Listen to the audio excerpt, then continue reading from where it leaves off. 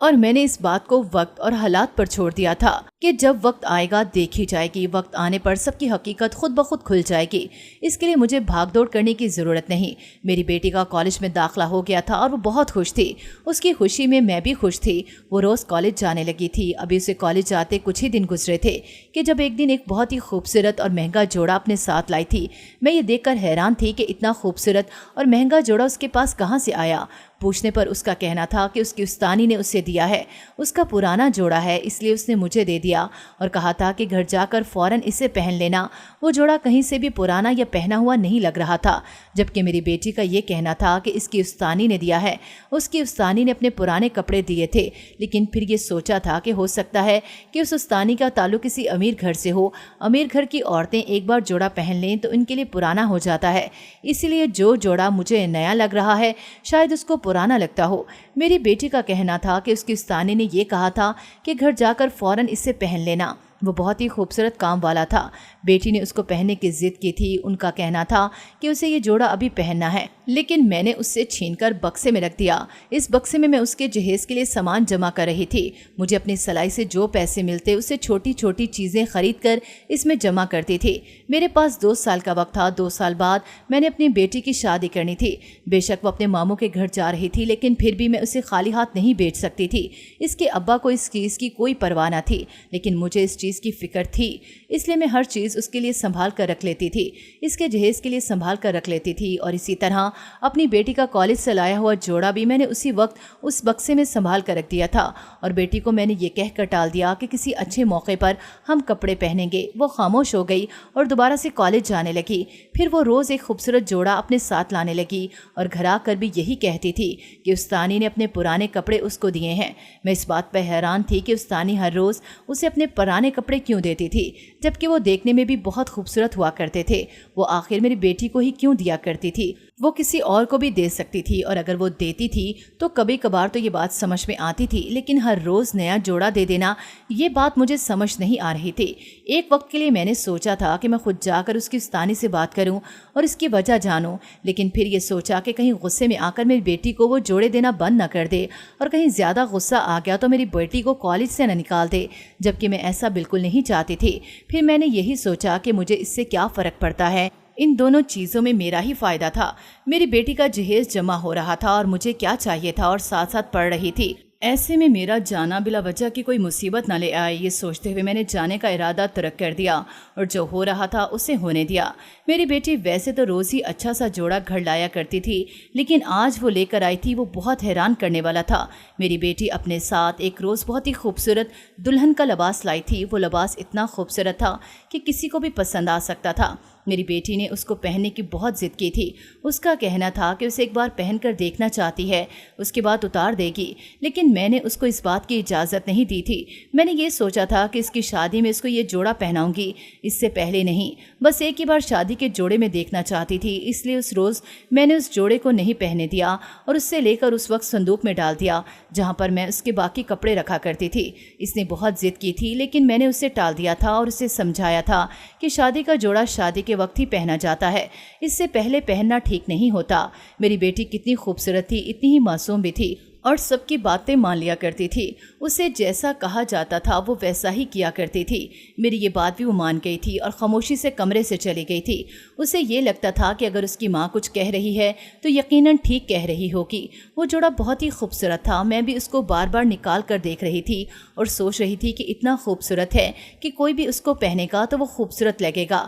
میں اپنی بیٹی کے ساتھ ہی رہا کرتی تھی۔ اس کے کمرے میں میں سارے کام نپٹا کر اپنے کمرے میں واپس آئی تو میری بیٹی گہری نیند سو چکی تھی۔ اسے سوتا ہوا دیکھ کر میں نے دوبارہ سے وہ صندوق کھولا تھا جس میں نے سارے کپڑے جمع کر کے رکھے تھے۔ وہ سارے کپڑے دوبارہ سے نکال کر دیکھنے لگی کہ اچانک سے میری نظر دلہن کے جوڑے پر جا کر ٹھہر گئی۔ میں اس کو اٹھا کر شیشے کے سامنے لے آئی کہ میں نے اس کا دوپٹہ اپنے سر پر رکھا تھا۔ میں یہی سوچ رہی تھی کہ جتنا خوبصورت لباس ہے اگر اس کو کوئی بھی عورت پہنے گی تو وہ خوبصورت لگے گی۔ ابھی میری نند اور میرا شوہر مجھ سے یہ کہا کرتے تھے کہ میں خوبصورت نہ تھی، تو کیا میں بھی کبھی خوبصورت نظر آ سکتی تھی؟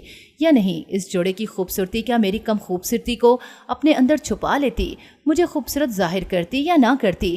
جانے کیوں اس جوڑے کو دیکھ کر شدت سے میرا دل چاہ رہا تھا کہ میں اس کو پہن کر دیکھوں اور دیکھوں کہ کیا اس خوبصورت لباس میں بھی اتنی ہی اچھی لگتی ہوں یا پھر اس کی خوبصورتی مجھے بھی خوبصورت بنا دے گی۔ اسی سوچ کے تحت میں نے وہ جوڑا اٹھایا اور پہن لیا تھا اور شیشے کے سامنے کھڑی اپنے آپ کو دیکھ رہی تھی۔ کچھ دیر میں اپنے آپ کو دیکھنے کے بعد مجھے اندازہ ہوا تھا کہ میں بھی کم شکل نہ تھی۔ جتنا مجھے کہا جاتا تھا شکل کے ساتھ ساتھ لباس کی بہت اہمیت ہوتی ہے۔ اگر ایک کم خوبصورت انسان خوبصورت لباس پہنے گا تو وہ خوبصورت نظر آئے گا، لیکن اگر خوبصورت انسان بھی معمولی لباس پہنے گا تو وہ اتنا خوبصورت نظر نہیں آئے گا جتنا کہ وہ ہوگا۔ خوبصورت لباس ہماری خوبصورتی میں بھی اضافہ کرتا ہے۔ اپنے آپ کو اس وقت دیکھ کر میں نے یہی نتیجہ نکالا تھا۔ کچھ دیر اپنے آپ کو دیکھنے کے بعد میں نے سوچا تھا کہ اب مجھے یہ جوڑا اتار دینا چاہیے، کیونکہ میری بیٹی کی امانت ہے جو میں نے اس کے لیے سنبھال کر رکھا تھا۔ جیسے ہی شیشے کے سامنے سے پلٹی، یہ دیکھ کر میری چیخ نکل گئی کہ بیڈ کے بیچوں بیچ 6 بڑے بڑے ڈبے موجود تھے جو پہلے موجود نہیں تھے۔ میں پریشان ہو کر دیکھ رہی تھی کہ آخر یہ کہاں سے آئے تھے کہ اس کمرے میں نہ تو کوئی آیا تھا، اور میں نے فوراً سے دلہن کا لباس اتار کر ایک سائڈ پر رکھا تھا اور ان ڈبوں کو دیکھنے لگی کہ آخر ان میں کیا موجود تھا۔ یہ دیکھ کر میری آنکھیں کھلی کی کھلی رہ گئیں کہ ان ڈبوں میں بہت سی قیمتی چیزیں تھیں، قیمتی زیورات اور جانے کیا کچھ تھا۔ یہ سب کچھ کہاں سے آیا میں کچھ خبر نہیں تھی، لیکن میری حیرانگی کا کوئی ٹھکانہ نہیں تھا۔ اس سے پہلے کہ کوئی آ کر یہ ساری چیزیں دیکھ لیتا اور مجھ سے کوئی بھی سوال کرتا، میں نے فوراً سے وہ سارے ڈبے اٹھائے اور انہیں بھی اس صندوق میں رکھ دیا جس میں باقی سارے سامان رکھے تھے۔ لیکن یہ سب آئے کہاں سے تھے؟ یہ بہت بڑا سوال تھا اور اس سوال پر خاموش نہیں رہ سکتی تھی۔ مجھے ہر حال میں یہ حقیقت جاننی تھی کہ اتنی قیمتی چیزیں کہاں سے آئی تھیں۔ اس وقت مجھے کچھ سمجھ نہیں آ رہا تھا۔ خوشی کے ساتھ ساتھ ایک ڈر بھی تھا۔ ایسا کیسے ممکن تھا کہ ساری چیزوں کو سمیٹ کر میں اپنی بیٹی کے ساتھ ہی سونے کے لیے لیٹ گئی اور اس راز کو کل جاننے کے لیے چھوڑ دیا۔ میں نے سوچ لیا تھا کہ مجھے جا کر اپنی بیٹی کی استانی سے ملنا ہی ہوگا جو اسے اتنی قیمتی جوڑے دیا کرتی تھی۔ مجھے کہیں نہ کہیں شک ہونے لگا کہ وہ استانی کوئی عام عورت ہرگز نہیں تھی۔ میں نے اگلے ہی دن اپنی بیٹی کے کالج جا کر اس کی استانی سے ملنے کا سوچا اور اسی سوچ کے تحت میں اس کے کالج پہنچ گئی۔ اپنی بیٹی سے میں نے گھر پر ہی اس بارے میں پوچھ لیا تھا کہ اس کی کون سی استانی ہے جو اس کو اتنے اچھے اچھے جوڑے دیا کرتی تھی۔ میری بیٹی نے مجھے اس کے بارے میں سب کچھ بتا دیا تھا، لیکن حیرت کی بات یہ تھی کہ جب میں اس کے کالج اس کی استانی سے ملنے گئی، اس پورے کالج میں اس نام کی نہ تو کوئی استانی تھی اور نہ جیسا میری بیٹی نے مجھے بتایا تھا ویسے حلیے کی کوئی استانی اس کالج میں پڑھاتی تھی۔ سب کا یہی کہنا تھا کہ اس نام اور اس حلیے کی کوئی بھی استانی یہاں نہیں پڑھاتی۔ یہ بات سن کر میرے پیروں کے نیچے سے واقعی میں زمین نکل گئی۔ میں گھر واپس آ گئی تھی۔ میں گھر آ کر اپنی بیٹی کا انتظار کرنے لگی کہ وہی تھی جو مجھے سچ بتا سکتی تھی۔ آخر اس نے مجھ سے جھوٹ کیوں بولا؟ اگر اس نام کی کوئی استانی اس کے کالج میں موجود نہیں تھی تو اس نے مجھے غلط نام کیوں بتایا تھا؟ پورا دن گزر گیا تھا لیکن میری بیٹی ابھی تک گھر واپس نہیں آئی تھی۔ مجھے اس کی فکر ہونے لگی۔ جب میں نے کالج جا کر پتہ کیا تھا تو ان کا یہ کہنا تھا کہ آج میری بیٹی کالج آئی ہی نہیں۔ مجھے ایسا لگ رہا تھا کہ ابھی میری جان میرے جسم سے نکل جائے گی۔ میری بیٹی، میری کل کائنات کہاں چلی گئی؟ وہی ہوا تھا جس کا مجھے ڈر تھا۔ مجھے پہلے سے کوئی خطرہ محسوس ہوا تھا کہ وہ عورت کوئی عام نہیں ہے۔ میری بیٹی گھر نہ آئی تھی۔ سب نے مجھے بہت برا بھلا کہا۔ کسی نے اسے تلاش کرنے میں میری مدد نہ کی۔ سب کا یہی کہنا تھا کہ وہ اپنی مرضی سے کہیں گئی ہے۔ میری نندوں کا تو یہ کہنا تھا کہ میری بیٹی کسی کے ساتھ بھاگ گئی ہے، جبکہ مجھے معلوم تھا کہ ایسا کچھ نہیں تھا۔ وہ ضرور کسی مشکل میں تھی۔ کچھ سوچتے ہوئے میں نے ایک پیر صاحب کے پاس جا کر ساری بات ان کو بتائی تھی اور ان سے کہا تھا کہ وہ اس معاملے میں میری کوئی مدد کریں۔ میری ایک ہی بیٹی تھی اور میری زندگی کا واحد سہارا وہی میری بیٹی تھی۔ شوہر نے تو مجھ سے پہلے ہی اپنی بہنوں کے کہنے پر آنکھیں پھیر لی تھیں۔ ایسے میں اگر میری زندگی کی جمع پونجی کچھ تھا تو میری بیٹی ہی تھی۔ میں اسے کسی قیمت پر کھونا نہیں چاہتی تھی، لیکن مجھے ایسا لگ رہا تھا جیسے وہ کسی بڑے خطرے میں ہے۔ میں نے اس وقت کو کوسا جب وہ نہایت قیمتی لباس میری بیٹی کو دیا کرتی تھی اور میں اس کو خاموشی سے رکھ لیتی تھی۔ مجھے اسی وقت جاننا چاہیے تھا کہ آخر وہ کون تھی، میری بیٹی پر اتنی مہربان کیوں تھی۔ میں نے غلطی کی تھی اور بہت بڑی غلطی کی تھی۔ اس پیر صاحب نے 2 دن کا وقت مانگا اور کہا تھا کہ 2 دن میں وہ سب کچھ پتہ کر کے مجھے بتا دیں گے۔ 2 دن بعد میں دوبارہ ان کے پاس گئی تو ان کا کہنا تھا کہ وہ استانی کوئی عورت نہیں بلکہ ایک جن زادی ہے اور وہ اپنے بیٹے کی شادی میری بیٹی سے کروانا چاہتی ہے۔ کیونکہ میری بیٹی خوبصورت تھی اس لیے میری بیٹی اسے پسند آ گئی تھی اور وہ اسے اپنے ساتھ لے گئی ہے۔ پیر صاحب کا کہنا تھا کہ جب اس نے پہلی بار میری بیٹی کو کوئی قیمتی جوڑا دیا تھا تو اسی نیت سے دیا تھا کہ اگر اس جوڑے کو میری بیٹی پہنتی تو وہ اسی وقت اسے اپنے ساتھ اپنی دنیا میں لے جاتی، لیکن آج تک میں نے اس کو اس کی ستانی کا دیا ہوا کوئی بھی جوڑا پہننے نہیں دیا تھا۔ یہی وجہ تھی کہ اب تک میری بیٹی اس سے بچی ہوئی تھی، لیکن اب وہ اسے اپنے ساتھ لے گئی تھی۔ پیر صاحب کا کہنا تھا کہ ہمارے پاس زیادہ وقت نہیں ہے، ہمیں جلد از جلد کچھ کرنا ہوگا اس سے پہلے کہ وہ اپنے بیٹے سے میری بیٹی کی شادی کروا دے۔ ہمیں اس کو جا کر روکنا ہوگا، کیونکہ اگر ایک بار شادی ہو جاتی پھر میری بیٹی کو ہم کبھی واپس نہیں لا سکتے تھے۔ انہوں نے کہا تھا کہ جو جوڑے میری بیٹی گھر لایا کرتی تھی وہ سارا میں سامان اٹھا کر اس کو جلا دوں، اس سے میری بیٹی واپس آ سکتی ہے۔ میں فوراً سے گھر آئی اور میں نے آ کر وہ سامان ڈھونڈا، لیکن وہ سامان میرے کمرے میں موجود نہیں تھا۔ اس بات نے مجھے اور ڈرا دیا کہ آخر وہ سامان کہاں چلا گیا۔ کہ میں اپنے کمرے سے باہر آئی تو یہ دیکھ کر میں حیران ہو گئی، کیونکہ سارے جوڑے میری نند کی بڑی بیٹی نے اٹھا لیے تھے۔ اس کا کہنا تھا کہ یہ سارے اس کے ہیں اور وہ اب یہ کسی اور کو نہیں دے گی۔ میں نے سمجھانے کی بہت کوشش کی تھی، لیکن میری نند نے کہا کہ اتنے قیمتی جوڑے میرے پاس کہاں سے آئے تھے۔